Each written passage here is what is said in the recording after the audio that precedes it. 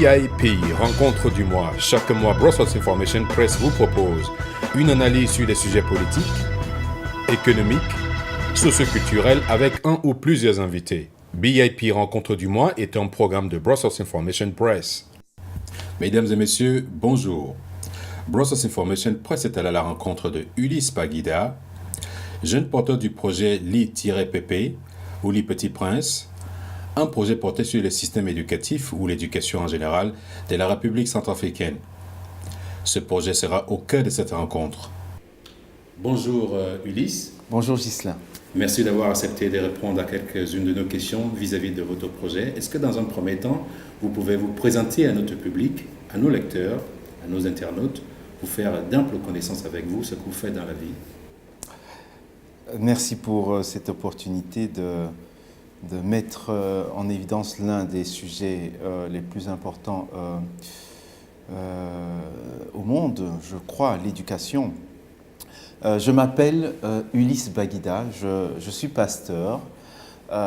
J'ai aussi une profession d'enseignant, de professeur, et je suis aussi entrepreneur. Alors, vous êtes porteur d'un projet intitulé l'IPP, dont vous allez nous donner la signification dans un premier temps, un projet qui concerne la République centrafricaine, un projet qui repose sur l'éducation en Centrafrique. Est-ce que vous pouvez nous faire un constat de l'état de la situation dans le système éducatif avant la genèse de ce projet? Oui. La République centrafricaine, un pays où j'ai aussi vécu. Je suis né en Belgique, j'ai grandi en Belgique, mais j'ai vécu une partie de ma vie en République centrafricaine où j'ai suivi un cursus secondaire et universitaire en partie. Je reconnais que le programme en lui-même est bon. C'est un très bon programme. L'aspect le plus critiquable, c'est les ressources humaines pour mettre en pratique, pour appliquer ce programme, pour transmettre cette connaissance. Et ces ressources humaines en Centrafrique sont absentes ou inefficaces. On peut trouver les raisons pour lesquelles c'est le cas, mais je ne vais pas m'appesantir sur cela. Le constat est que ce programme n'est pas transmis comme il le devrait et le niveau de l'éducation en Centrafrique est très critique. La crise actuelle a rendu ce niveau vraiment catastrophique. Tout à fait. Lorsqu'on prend les chiffres de l'UNESCO qui évoquent 1,8% le PIB en termes d'investissement dans le système éducatif, est-ce que ça veut dire que le gouvernement en place ne prend pas à bras le corps cette situation? C'est quand même les questions d'éducation nationale ici. Et quand on regarde aussi les chiffres de ceux qui ont réussi quand même à sortir du cycle primaire, qui ont fini leur cycle secondaire, c'est 7% d'après les chiffres que nous dit l'UNESCO en 2011. Est-ce que l'État prend véritablement à bras le corps cette problématique? Ce qui est certain, c'est que la situation est telle qu'il faut apporter une solution. Et c'est ce que nous voulons faire à travers ce projet l'IPP, c'est-à-dire Li Petit Prince. Le Petit Prince qui est un conte très connu, qui a été traduit dans plusieurs langues. Oui, Li Petit Prince est un projet porteur d'espoir. Est-ce que vous pouvez nous décliner effectivement les objectifs de ce projet, l'IPP? Voilà. Nous avons parlé tout à l'heure d'un manque de ressources humaines, des enseignants capables d'enseigner sur toute l'étendue du territoire. Le lieu où se concentrent les enseignants quand ils sont compétents, c'est la capitale Bangui. Donc le but de ce projet est de trouver une solution à ce manque d'enseignants. Et la technologie, l'évolution de la technologie nous le permet aujourd'hui d'apporter des enseignants dans toutes les régions de la République centrafricaine à distance. Il y a des possibilités maintenant d'être aux États-Unis, d'être en Europe, d'être en Asie et de communiquer de manière visuelle dans n'importe quel endroit au monde grâce à une connexion Internet. Et ces connexions Internet peuvent être installées en République centrafricaine, dans toutes les villes, dans tous les villages.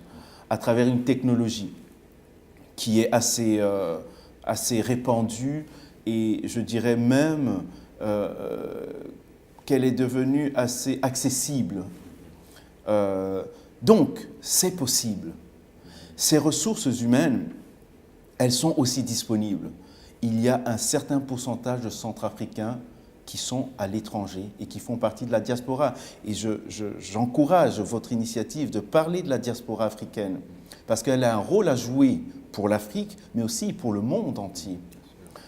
Surtout avec cette prise de conscience de la globalisation où on peut être à Bruxelles, mais on travaille pour une entreprise qui est aux États-Unis et on a nos réunions. Donc, la diaspora va faire beaucoup dans l'évolution du monde et aussi de l'Afrique. Je dis ça pourquoi? Vous allez dire pourquoi je parle du monde? Parce qu'il faut le reconnaître. Les gens de la diaspora sont des gens très qualifiés, même surqualifiés. Parce que quelquefois, pour rester en Europe, on continue des études, on fait encore d'autres formations. Les gens de la diaspora sont très, très qualifiés. Donc, à travers cette ressource humaine de la diaspora, on peut enseigner en République centrafricaine. La plupart d'entre eux, en ce qui concerne la République centrafricaine, mais c'est applicable à d'autres pays, parlent les deux langues. Ce qui est important dans le domaine de l'éducation, de pouvoir enseigner aussi dans la langue maternelle quand il y a des blocages dans la langue utilisée pour l'éducation. Et donc, mes compatriotes centrafricains que j'ai déjà rencontrés sont ravis de pouvoir aider leur pays à distance. Comment est-ce que cela va se mettre dans la pratique? Dans la pratique, sans rentrer dans les détails, parce qu'il y a des détails techniques qui pourraient nous prendre beaucoup de temps, il nous suffit d'un ordinateur, d'une connexion Internet et un projecteur. Avec ces outils, les élèves peuvent se réunir autour d'un écran qui sera pour eux-mêmes un sujet d'attraction. Il suffit que l'IPP enseignant, c'est comme ça qu'on les appelle, ait un ordinateur et une connexion Internet et il donne son cours. Il donne ce cours en suivant un processus que nous avons étudié dans le cadre de mon entreprise Ulysse Hope Company, qui est l'entreprise porteuse de ce projet. C'est un processus mis en place qui permettra d'optimiser la transmission de la connaissance à distance. Nous supposons que la table ronde qui va avoir lieu le 17 novembre a probablement pris en compte ce projet et nous espérons qu'une priorité sera donnée à l'éducation parce que c'est vrai qu'il y a des problèmes en Centrafrique, il y a le DDR, il y a des problèmes socio-économiques, mais sans l'éducation, ces problèmes ne peuvent pas être résolus de manière stable et durable. Puisque vous avez parlé de table ronde, est-ce que ça sera l'occasion de nous dire un petit mot, le contenu? Il sera question de quoi de cette table ronde? Les gens en parlent quand même de cette table ronde. C'est une réunion des bailleurs de fonds qui viennent pour choisir, évaluer les projets qu'ils peuvent soutenir, qu'ils peuvent investir par leurs moyens financiers. Donc, c'est ça la table ronde. Et on espère que cela va apporter des solutions aux problématiques de crise en République centrafricaine, mais nous savons tous que tout cela n'est possible que s'il y a une bonne gestion. Revenons sur le projet l'IPP, j'aimerais savoir, ça va toucher quel système, quel niveau d'enseignement, quel niveau d'éducation? Est-ce que c'est le primaire, est-ce que c'est le secondaire, etc. Et comment vous les avez appelés, les enseignants? Les IPP enseignants, oui. Les IPP enseignants, est-ce qu'ils sont déjà recrutés? Est-ce qu'ils sont déjà sensibilisés? Je vais commencer à répondre à la dernière question, donc les IPP enseignants, parce que c'est quelque chose qui m'a assez impressionné et agréablement surpris, c'est leur disponibilité, leur enthousiasme. J'ai fait un travail qui, moi j'appelle plutôt un travail de réseau. Donc, je n'ai pas fait une annonce généralisée. J'ai contacté des personnes de confiance, compétentes, et je leur ai demandé de contacter d'autres personnes de confiance et qui sont compétentes aussi à leurs yeux. Et j'ai commencé avec l'Europe, où j'ai recruté, donc j'ai un listing de personnes qui sont disponibles en Europe. Il s'avère qu'en Europe, les gens travaillent souvent quand ils ont ce genre de compétences, et c'est basé sur un bénévolat, un volontariat. Donc on ne peut pas demander à ces personnes de ne plus travailler parce qu'on va leur offrir un salaire. Et la solution a été de recruter aussi là où il y a un décalage horaire. Mais je le rappelle, l'engagement est basé sur du bénévolat, un volontariat, l'engagement des IPP enseignants. J'allais demander dans la pratique comment cela va se matérialiser pour ceux qui aimeraient maintenant suivre ces cours. Quelle est la procédure qu'ils devront, ou bien la démarche qu'ils devront faire. Ça revient à la question que je vous ai posée tout à l'heure. Est-ce qu'il y aura un lieu pour dire il y a un centre média, il y a un lieu pour l'IPP, par exemple? Nous avons commencé, c'est vrai que je ne l'ai pas dit, mais avec les maigres moyens de mon entreprise, donc Ulysse Hope Company, nous avons commencé à récolter les données techniques et managériales à travers l'installation d'antennes pour accéder à Internet au débit. Et nous sommes dans la phase où nous voulons permettre à des classes de venir suivre des cours. Nous avons trouvé un lieu, je vous ai dit que je suis en partenariat avec le Centre informatique pour l'enfance, qui a un lieu où nous pouvons réunir environ 30 élèves qui pourront venir suivre des cours de mathématiques, de biologie, selon la disponibilité des écoles, des lycées, la collaboration des enseignants. Donc ça, c'est la phase qui, pour moi, est déjà concrète. Maintenant, pour un projet pilote qui toucherait plusieurs villes à l'intérieur du pays et la capitale, évidemment, chaque école sera dotée alors d'une connexion Internet. Et chaque classe pourra avoir, selon la programmation, son cours à distance. Les IPP enseignants seront coordonnés avec une équipe qui normalement sera gérée par Ulysse Hope Company, qui aura pour objectif, cette équipe aura pour objectif comme mission de connecter les IPP enseignants aux écoles, de faire un planning où on sait qu'à telle heure, c'est tel IPP enseignant qui doit donner cours à telle classe dans telle école, dans telle ville. Il y aura effectivement on appelle ça des backups, donc un deuxième IPP enseignant qui sera dans les startups en stand-by pour remplacer le premier IPP enseignant si pour une raison ou une autre, il a des difficultés à donner son cours. Donc tout ça a été réfléchi, étudié, planifié. Et effectivement, nous allons nous baser sur le programme d'éducation centrafricain qui, pour moi, est valable. Ça va concerner quel niveau d'études? C'est les 3 niveaux, primaire, secondaire, universitaire. Ça pourrait prendre beaucoup de temps pour expliquer comment chaque niveau va fonctionner, mais grosso modo, le niveau primaire va fonctionner avec des ressources qui seront plus locales. Nous allons alors utiliser, recruter, et ceux-là seront rémunérés s'ils ne sont pas fonctionnaires et même s'ils sont fonctionnaires. C'est quelque chose à débattre avec le gouvernement. Et là, on le reconnaît. Ce projet ne peut pas être appliqué sans l'aval du gouvernement. Le gouvernement est incontournable. Donc, avec les ressources locales, dans le primaire, les fonctionnaires ou les non-fonctionnaires qui seront recrutés, on va les former dans les processus d'enseignement à distance. Et par exemple, dans une salle, dans un bâtiment multimédia, ces IPP enseignants locaux vont enseigner dans toute l'étendue du territoire. Mais je le rappelle, pour le primaire, la pédagogie nécessite que ce soit des gens qu'on pourrait considérer comme des mères et des pères. C'est important pour l'Afrique. Donc voilà, pour le secondaire, on se base alors sur la diaspora.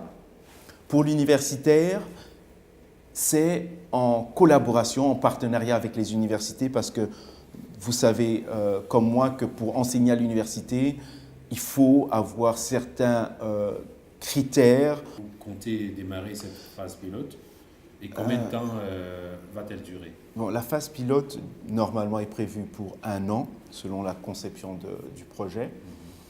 Elle ne pourra démarrer qu'au moment où les bailleurs vont décider de financer ce projet, et évidemment que le gouvernement aura validé le projet, aura pris ce projet comme un projet national nécessaire, indispensable pour la sortie de crise. Et qu'est-ce que votre compagnie pourrait apporter dans cette phase de pilote? Mais je crois qu'il y a un aspect très important, c'est l'expertise. Dieu nous demande d'aimer notre prochain comme nous-mêmes. C'est une manière pour moi d'aimer mon prochain que d'aider à relever le système d'éducation. Et ce projet qui a été conçu, que j'ai conçu, mais je le redis, bon, les gens ont leur propre opinion. Moi, je crois que c'est une manière pour Dieu d'impliquer, de nous impliquer dans une action de charité, d'amour. Et c'est comme ça qu'il nous donne des inspirations. Et ce projet qui a été conçu par mon entreprise, on maîtrise les évolutions, on maîtrise les adaptations. Et c'est sur ce point que nous pourrons être très utiles pour la réalisation, l'optimisation de la réussite de ce projet. J'ai fait des voyages aux États-Unis, en Chine, pour sensibiliser, pour recruter des volontaires. Donc je pense que notre entreprise a vraiment l'expertise qu'il faut pour la réussite de ce projet. Vos attentes vis-à-vis du secteur privé, est-ce que vous avez impliqué le secteur privé dans ce projet? Il est question aussi de l'éducation nationale. Au niveau du projet, du programme de DDR, je sais que à travers des amis qui travaillent dans ces zones à risque, où il y a des rebelles ou des ex-rebelles, ils savent qu'ils ont besoin de l'enseignement. Ils savent que leurs enfants ont besoin de l'enseignement. Et là, je voudrais leur dire, soyez prêts à déposer les armes pour que vos enfants reçoivent cet enseignement à distance. Ce projet est aussi un outil qui peut encourager le DDR, le désarmement, la réinsertion. Donc voilà, ça c'est mon message à la population, à toute la population centrafricaine, sans distinction, sans la contribution du secteur privé qui pourrait à un moment donné, des sociétés de construction, se dire ben voilà, il manque un bâtiment ici, nous on voudrait y contribuer en prenant en charge la construction d'un bâtiment. Donc, il y a beaucoup de choses que le secteur privé peut faire parce qu'ils vont en bénéficier. Quand ces enfants seront bien enseignés, ils auront alors de la main-d'œuvre, un personnel qualifié. Donc, c'est un projet qui demande la participation de tous les Centrafricains. Et il y a un aspect, peut-être que tu te prépares, Ghislain, à me poser la question aussi, mais il est prévu dans ce projet d'avoir des assistants qui vont réunir les élèves dans les classes. Ils seront payés parce qu'on ne veut pas seulement apporter, voilà, oui, la connaissance, mais on voit aussi l'impact économique. Et ces personnes qui, elles, locales, ces personnes en ressources humaines, les ressources humaines locales, elles seront rémunérées. Et ça va relancer l'économie de manière homogène, sur l'étendue du territoire. Partout où il y aura une école, il y aura un salaire, 2 salaires, 3 salaires en plus. Voilà, nous sommes au terme de cette rencontre. La Centrafrique compte aujourd'hui 4,5 millions d'habitants, ce que je sache. Quels sont vos espoirs par rapport aux avantages futurs d'un tel projet d'envergure? Ce projet devrait avoir un impact vu le pourcentage de personnes qui sont aux études, je parle de primaire à universitaire, devrait avoir un impact sur 60% de la population. L'éducation, c'est la clé du développement et quand on connaît la situation centrafricaine aujourd'hui, on est loin d'être sur les rails du développement. Quel serait un dernier mot à l'endroit de ces dirigeants? Je veux tout simplement dire quelque chose. Parmi les IPP enseignants, il y aura une grande diversité qui aura pour seul objectif le développement du pays. Et je pense que le gouvernement peut, avec cet esprit, voir à travers ce projet le développement d'une vie ensemble, d'un vivre ensemble. Et l'éducation, je pense, est l'un des rares outils qui a pour objectif d'unir les gens. Il est rarement question de division quand ça concerne l'éducation. Et Nelson Mandela a lui-même dit « L'arme la plus puissante pour changer le monde, c'est l'éducation. » Je suis, en tant que pasteur, porté par un espoir, une force, peut-être celle qui a motivé aussi le pasteur Martin Luther King, que les choses doivent être justes dans ce monde. Je crois à la justice, faire les choses justes. Et je crois que ce serait juste que chaque Centrafricain ait une éducation de qualité. Je veux remercier toutes les personnes qui ont été attentives. Mesdames et messieurs, nous sommes au terme de cette rencontre. Merci de nous avoir suivis. Restez connectés sur notre actualité sur www.bibmedia.be, sur notre chaîne YouTube et notre page Facebook. À très bientôt.